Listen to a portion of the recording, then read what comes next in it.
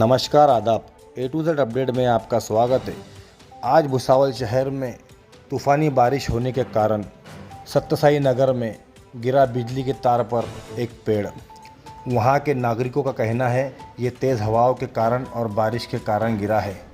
किसी के जानी माल का नुकसान नहीं हुआ। हम आपको आगे की जानकारी बताएंगे।